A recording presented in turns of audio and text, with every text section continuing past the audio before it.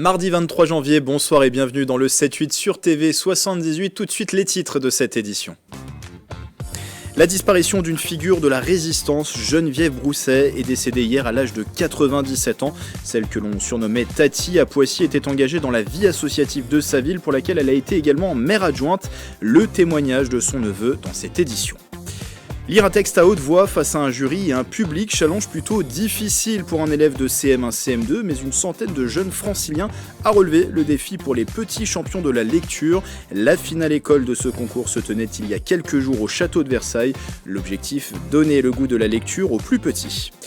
De lecture, il en a été aussi question le week-end dernier partout en France avec cet événement, les Nuits de la lecture pour la 8e édition en pleine année des Jeux Olympiques. Le corps était à l'honneur. Reportage lors des animations à la médiathèque du Canal à Montigny-le-Bretonneux. Et puis la suite de nos interviews avec les maires de Saint-Quentin en Yvelines dans l'invité du 7-8 en deuxième partie d'émission. Ils viennent en plateau tout au long du mois de janvier. Et ce soir, nous recevons Alexandra Rosetti, maire de Voisins-le-Bretonneux. Comme hier, il m'accompagne sur cette édition, Nicolas Dandry, bonsoir. Bonsoir, de la rédaction de TV 78 et on va faire le point tout de suite avec vous sur les informations du jour.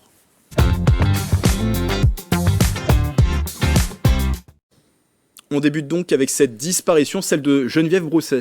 C'était une icône de la ville de Poissy. Geneviève Brousset est décédée ce lundi 22 janvier à l'âge de 97 ans, figure emblématique de la Seconde Guerre mondiale. Cette Pissiacaise s'était engagée à l'âge de 14 ans dans des actes de résistance contre les Allemands. Engagée dans la vie associative de sa commune, elle a aussi été adjointe au maire de Poissy. Pour rendre hommage à Geneviève Brousset, nous avons contacté son neveu qui a grandi à ses côtés. On l'écoute dans cette interview express.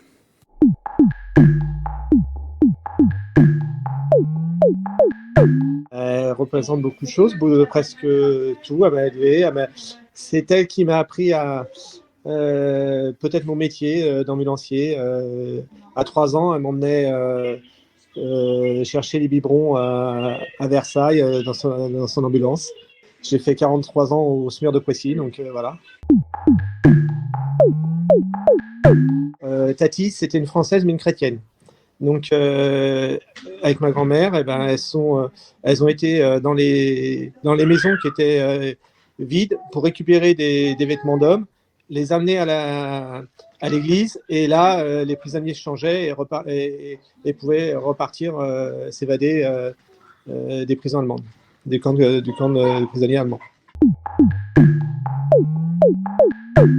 Au départ, elle avait du mal à le transmettre parce que malheureusement, son frère aîné, lui, n'est pas revenu des camps de concentration. Il a été pendu à Neuengamme. Je crois que c'était le 8 février 1945. Elle entendait parler allemand, elle avait les poils qui s'hérissaient. Que ce soit en primaire, en 6e, en 3e, en seconde, ou même elle a fait des classes de terminale. Ce qui m'avait interloqué, c'est que en fait, les questions que posaient les enfants étaient tous les mêmes. Vous avez connu le général de Gaulle? Et du coup, vous avez connu Jean Moulin? Bah oui, j'ai connu Jean Moulin, j'ai connu le général de Gaulle. Et vous avez connu Hitler? Et elle répondait, ah ben non, si je l'avais connu, je l'aurais zigouillé.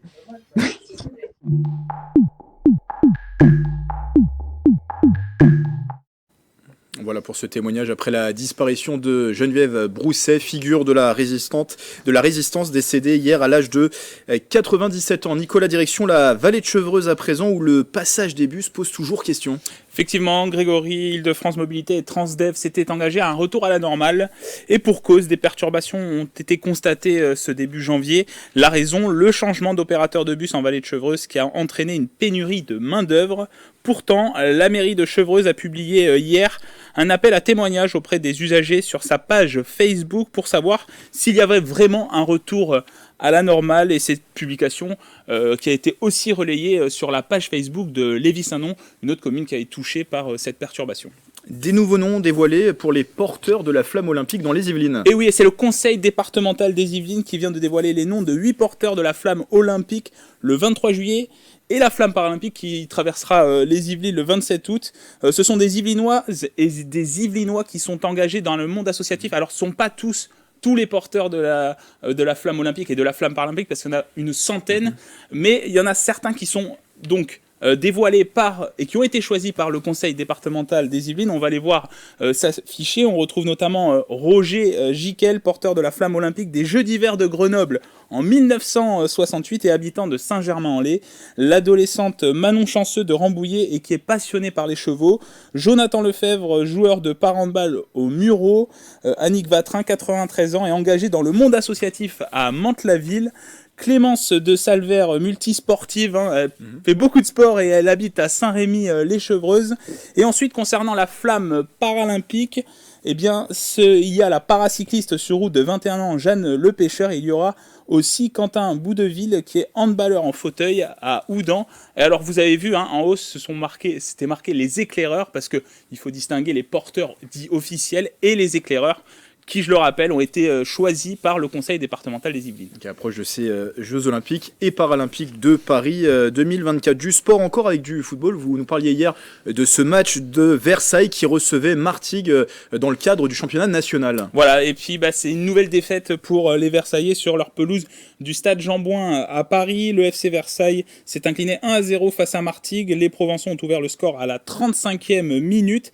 Et malgré beaucoup d'occasions, les hommes de la Cité Royale n'ont pas réussi à les concrétiser. Il faut dire quand même que le FC Martigues s'est procuré aussi beaucoup d'occasions et a plutôt dominé la rencontre. Au classement, Versailles est 12e du championnat qui compte 18 équipes.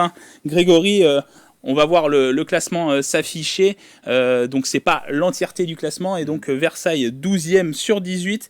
Et alors pour rappel, à la fin de la saison, eh bien, les Versaillais sont limite parce que les équipes classées de la 13e à la 18e place seront reléguées en National 2.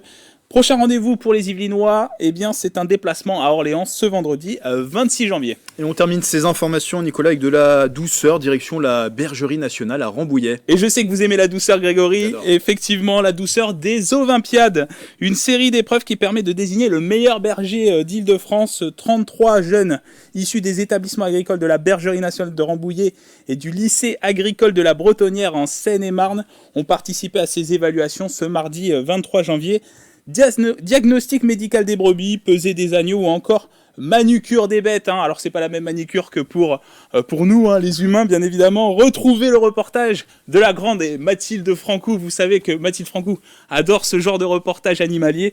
Ce sera demain dans le 7-8, mercredi 24 janvier. Rendez-vous est pris. Merci Nicolas. Et comme d'habitude, si vous aussi près de chez vous, vous êtes témoin d'une actualité qui vous fait réagir dans les Yvelines, n'hésitez pas à la partager sur les réseaux sociaux en utilisant le hashtag 78news. Allez, on ouvre une page dédiée aux actualités culturelles.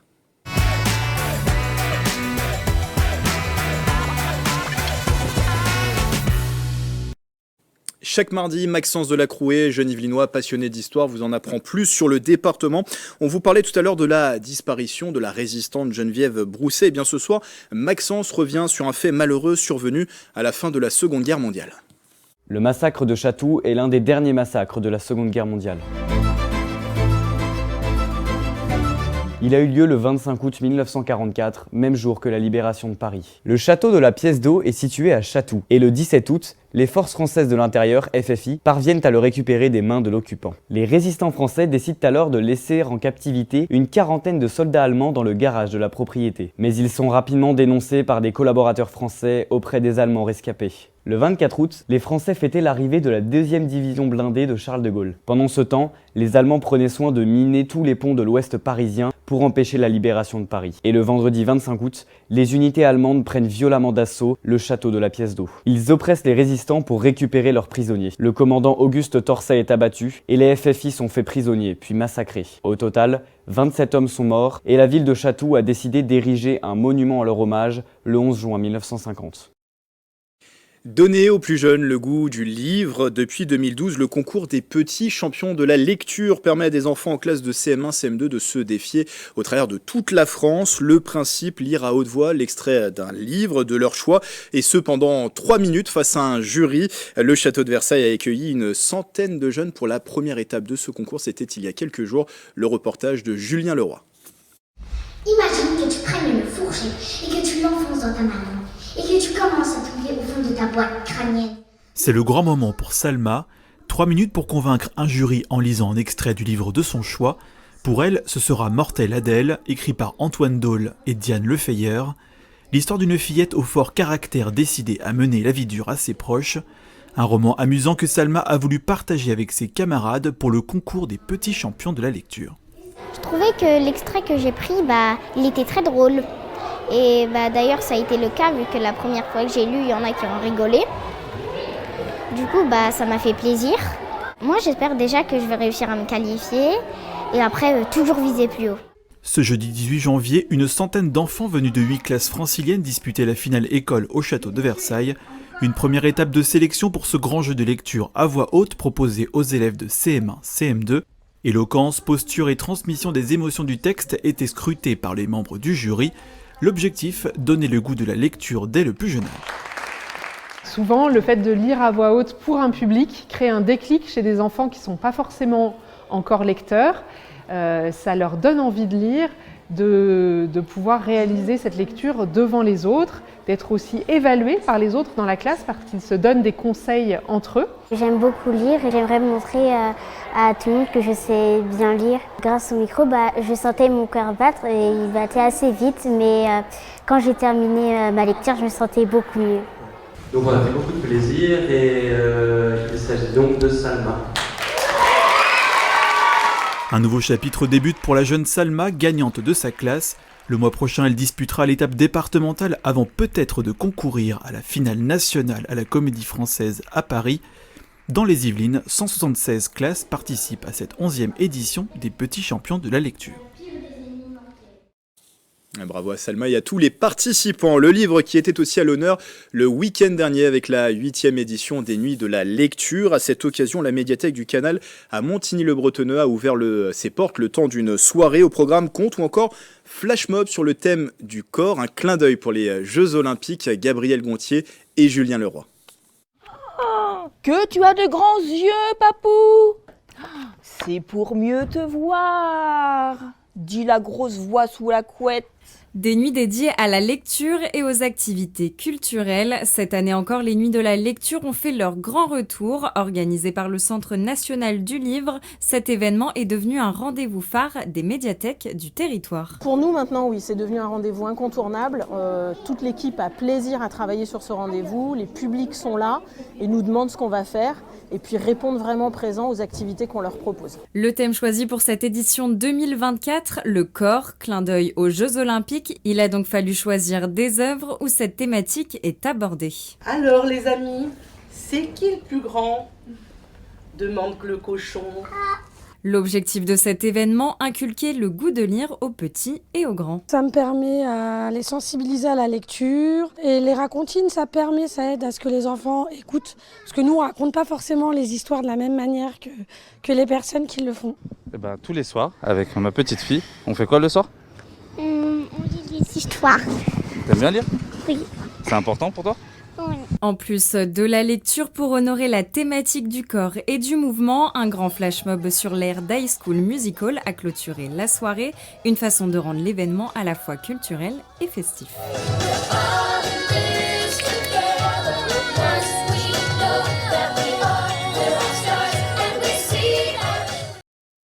Toujours à Montigny-le-Bretonneux, le 6 février prochain, la salle Jacques Brel accueille le cabaret des frissons garantis. C'est un spectacle qui mêle textes, chansons et même des tours de magie autour du thème de la nourriture. Voici 3 raisons de ne pas louper cette programmation. C'est au micro de Mathilde Franco. Bonjour, je me présente, José Cachin, maire adjoint, délégué à la culture et à l'événementiel à Montigny-le-Bretonneux. Et si je suis présent devant vous, cher public, c'est simplement pour vous donner l'envie et vous donner surtout 3 bonnes raisons d'aller assister au spectacle Le Cabaret des Frissons Garantis.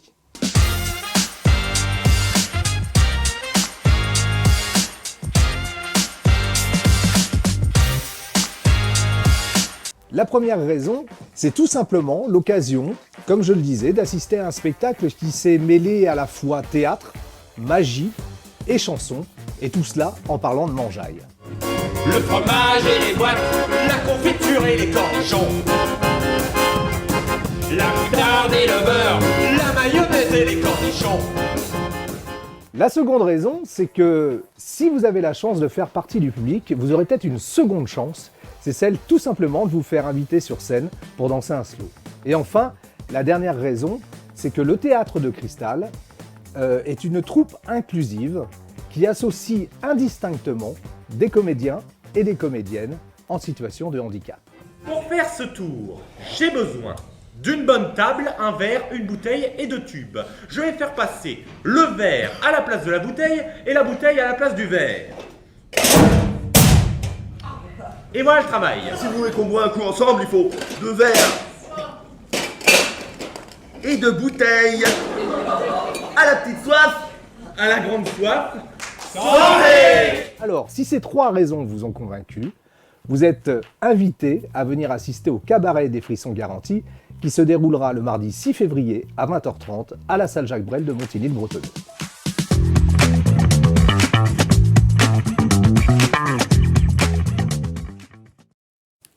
Avant l'invité du 7-8, on regarde les prévisions météo de demain.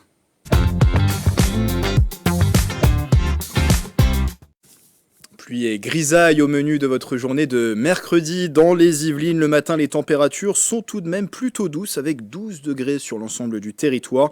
L'après-midi, la pluie persistera dans le secteur de Mantes-la-Jolie, mais cessera dans le reste des Yvelines. Côté température, comptez 13 degrés ce mercredi 24 janvier. C'est la Saint-François-de-Sales. Tout de suite, l'invité du 7-8.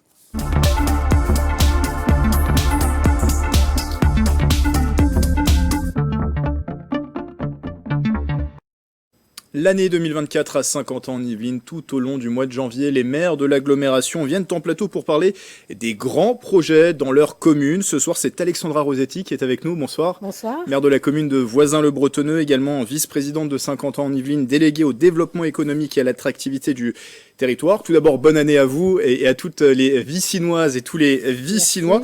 Qu'est-ce que vous retenez de l'année 2023 à Voisins ?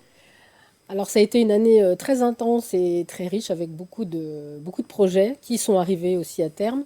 Et puis un gros travail de concertation qu'on évoquera sans doute après. Donc ça a été une année pour moi vraiment intense et qui produit des résultats maintenant. Donc voilà, une belle année. Donc avec des projets qu'on va peut-être voir aboutir cette année, on va en parler effectivement dans cet entretien. Et cette année 2024, vous l'abordez comment ? Alors c'est une année qu'on attend tous ici, mais j'imagine que vous l'attendez aussi, cette année olympique. 50 ans en Yvelines va accueillir de nombreuses épreuves de Paris 2024. Et d'ailleurs, la commune a un label Terre de Jeux. Comment vous abordez cette échéance ? Alors on est ravis. Alors bien sûr, les épreuves ne vont pas se dérouler à Voisins, mais quand même très proches. Donc nous sommes centre de préparation des Jeux pour le tennis de table. Et j'espère bien pouvoir accueillir, je pense que ça commence à venir, des équipes internationales pour venir jouer, donc s'entraîner au tennis de table.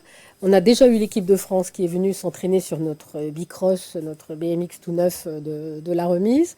Donc voilà, nous on espère, on veut en faire une fête en tout cas pour nos habitants et on réfléchit à des petits événements, à des expositions, pour que tout le monde se sente associé et un esprit très sportif cette année. On parlait du tennis de table, on suit régulièrement le club de Voisins-Bretonneux qui organise en plus un grand tournoi de tennis de table handisport maintenant qui se déroule au Vélodrome national. Et qui se déroulera à Voisins cette année. Et qui se déroulera à Voisins cette année, voilà, petit scoop. Toute première fois, voilà. Dans les grands dossiers de 2024, il y a forcément aussi la fin des travaux de cet éco-quartier Parc du Lac situé sur le terrain dit de la Remise. Alors on est entre la RD 36 et le quartier du Lac, en entrée de ville. Pour rappeler quelques grands axes du projet, il prévoit 500 logements, de nouveaux commerces et services, la nouvelle aussi église du secteur. On va avoir les premières livraisons cette année, c'est bien ça ? Voilà, l'idée c'était que tout le quartier soit livré la même année. D'abord alors ça a été un vrai défi pour les constructeurs, parce qu'il a fallu faire sortir tous ces bâtiments de terre en même temps, donc ça donne une impression un petit peu curieuse de densité. Mais d'abord c'est un projet qui date d'il y a 15-20 ans, il faut dire. Et puis l'idée c'était d'abord d'essayer d'apporter le moins de nuisances possible aux riverains, donc que les travaux durent le moins longtemps possible. Et puis voilà, comme ça nous accueillerons tous les logements en même temps. Ça va s'étaler, on va dire, du mois d'avril, je pense, jusqu'à la fin de l'année. Et je disais de nouveaux services qui verront le jour dans cet écoquartier et notamment une crèche. C'est un projet nécessaire pour les habitants qui est ce service pour ces habitants ? Oui, parce que des nouveaux logements génèrent de nouveaux besoins en termes de berceaux, comme on dit.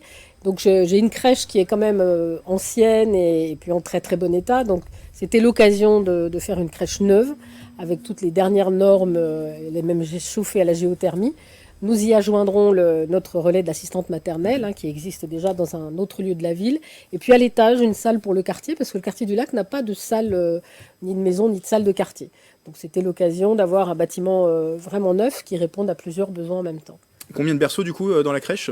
Une soixantaine. Une soixantaine de berceaux dans cette crèche qui verra donc le jour dans ce quartier Parc du Lac. Alors en 2023, le groupe scolaire du Bois de la Garenne a définitivement fermé ses portes dans la ville, mais justement vous souhaitez lui donner un avenir à ce site. Alors plusieurs ateliers ont eu lieu dans le courant de l'année passée avec les habitants pour recueillir leurs idées, répondre aussi à certaines de leurs interrogations. Est-ce qu'aujourd'hui on sait ce que va devenir cet ancien groupe scolaire ? Alors la concertation a abouti à des tas d'idées, à des propositions. Bon, tout ne peut pas toujours être retenu, mais globalement, le souhait c'était de faire des logements plutôt à destination des seniors, de l'habitat, comme on dit, inclusif, c'est-à-dire avec des lieux de vie partagés, qui puissent aussi bénéficier d'ailleurs au reste du quartier. Donc à partir de ce que les habitants ont pu dire, nous avons bâti un cahier des charges que nous avons transmis à des promoteurs qui sont en train de travailler et qui vont rendre leur copie, si je puis dire, début février. Et puis ensuite, on aura d'autres temps d'échange avec les habitants. Je sais qu'il y a des habitants qui préféreraient garder le bâtiment. Le problème, c'est que le bâtiment est très grand et que je n'ai pas d'usage à lui donner, parce que j'ai déjà 2 équipements publics dans ce quartier. Et voilà, l'entretien, la rénovation serait au-dessus de nos moyens. Oui. Alors que nous n'avons pas d'utilisation particulière à lui donner. Donc on aura du nouveau cette année, c'est ce que vous voilà, dites. Comme ça, l'idée c'est vraiment de savoir où on va, même si les travaux ne vont pas démarrer dans les 2 mois qui viennent, évidemment. Mais je pense que c'est important que les habitants sachent ce qu'il y aura à la place de cette école. Alors un autre projet, on en parlait déjà dans les enjeux des dernières élections municipales à Voisins en 2020, c'est la création d'un nouveau cimetière de 600 places en lieu et place du stade du Champ du Loup. Alors ce cimetière s'appellera le cimetière du Saut du Loup, car le cimetière principal arrive à saturation. Où est-ce qu'on en est concrètement ? Est-ce qu'il pourrait aboutir ce projet dès 2024 ? Ah oui, il faut qu'il aboutisse en 2024. Donc là, les travaux sont arrêtés parce qu'il y a les intempéries, la neige, la pluie, etc. Dès que c'est possible, ça reprend. Pour nous, on aimerait bien une livraison fin de l'été, on va dire. Et puis voilà, c'est un dossier qui a été très long parce que ça nécessite des études de sol et ça nécessite d'être conforme à la loi sur l'eau. Et à Voisins, c'est pas évident de trouver un endroit où il n'y a pas de zone humide, pas de nappe phréatique. Donc là, on avait juste ce petit créneau-là, j'ai envie de dire, sur le terrain de rugby. Mais le terrain de rugby lui-même est entouré de zones humides. Donc un projet qui va voir le jour en 2024. Et dans les travaux programmés, il y a aussi, alors ils sont arrivés à échéance, c'est le réaménagement du stade du Grand Pré. Il y a des terrains de tennis, des cours de paddle qui sont désormais disponibles pour les habitants, c'est bien ça ? Tout à fait. Alors il y a plusieurs choses. Il y a un espace pour la pétanque avec un lieu de convivialité qui était très attendu par nos joueurs de pétanque. 2 terrains de padel couverts, comme ça, comme on est quand même dans un pays où il y a quelques intempéries, il est utilisé vraiment tout le temps. Et puis on a fait un terrain de tennis en 4 temps, comme ils appellent ça, en terre battue, si vous voulez, et un autre terrain de tennis qui lui est complètement ouvert à tous les Vicinois gratuitement. Donc ça aujourd'hui c'est ouvert pour les habitants. C'est ouvert, c'est en marche et vraiment c'est tout le temps plein. Alors une initiative originale dont on va parler avec vous, c'est donc pour promouvoir le bénévolat auprès des jeunes Vicinois. Eh bien la ville a décidé de les attirer en les rémunérant avec une monnaie virtuelle. Vous avez créé une monnaie virtuelle. Expliquez-nous ce projet. Alors c'est vrai qu'on est un peu dans le monde des blockchains, etc. Donc l'idée c'est aussi de les sensibiliser au danger aussi de la monnaie virtuelle. Et donc en échange d'heures de bénévolat pour des associations, on les rémunérerait donc en monnaie virtuelle, en civique, comme ça qu'on va l'appeler. Et puis en échange, eh bien, ils pourront avoir accès à des spectacles gratuits ou avoir des réductions chez les commerçants qui voudront bien être partenaires de cette opération. Vous avez une idée du nom de cette monnaie virtuelle ? Le civique. Le civique, vous l'avez dit.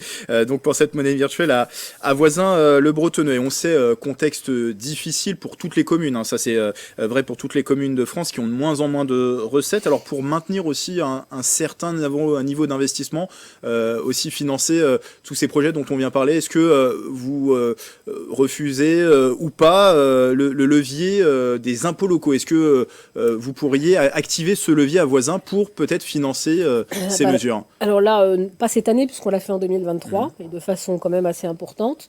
parce que nous n'avions plus rien, c'est-à-dire ce qu'on appelle la dotation globale de fonctionnement de l'État est tombée à zéro, et nous sommes la seule commune de Saint-Quentin à être à zéro quand même. Et quand toutes les ressources s'amenuisent, on a beau aller chercher, on va chercher beaucoup de subventions, et vraiment je remercie nos partenaires que sont Saint-Quentin, la région, le département, parce que sans eux, il y a beaucoup de choses qui ne se feraient pas. Et là, cette année, non, on ne touchera pas les impôts, on va même essayer d'amorcer une petite baisse quand même, parce qu'il fallait qu'on passe un cap difficile l'an dernier, avec l'inflation évidemment, et puis le coût de l'énergie qui s'est envolé. Voilà, il y a un moment, c'est des choses qu'on ne peut pas anticiper pour le coup, et nous avons dû faire appel à la solidarité des propriétaires, puisqu'il n'y a plus de taxe d'habitation. Alors 2 choses pour terminer, Alexandra Rosetti. Il y a un anniversaire qui va être célébré cette année, comme dans d'autres communes, c'est la libération de la ville en 1944, et des festivités sont prévues à Voisins-le-Bretonneux. Absolument, on voudrait vraiment marquer ce moment-là. C'est une commémoration qu'on fait bien sûr tous les ans et qui a beaucoup de sens pour nous. Donc toute l'année va être jalonnée. On a déjà commencé avec une conférence. Il y en aura d'autres. Plus, on va emmener nos jeunes, nos seniors, voir les plages du débarquement. On fait des propositions à nos écoles aussi pour qu'elles puissent s'intégrer. Alors le problème, c'est que c'est le 24 août. Donc souvent, les gens sont quand même encore en vacances, mais malgré tout, on aura des véhicules d'époque également que l'UNIVEM va mettre à notre disposition. Voilà, on voudrait vraiment faire un événement marquant. Pour terminer cet entretien, on vous donne une carte blanche. Vous avez 1 minute pour aborder un sujet de votre choix qui vous tient à cœur. C'est à vous. Alors le sujet qui me tient à cœur, c'est ce qu'on appelle la VADA, voisin, ville, amis des aînés, puisque nous sommes inscrits dans cette démarche qui est une démarche qui va nous permettre de mieux cerner les besoins de nos seniors. On sait que c'est un enjeu, alors partout en France évidemment.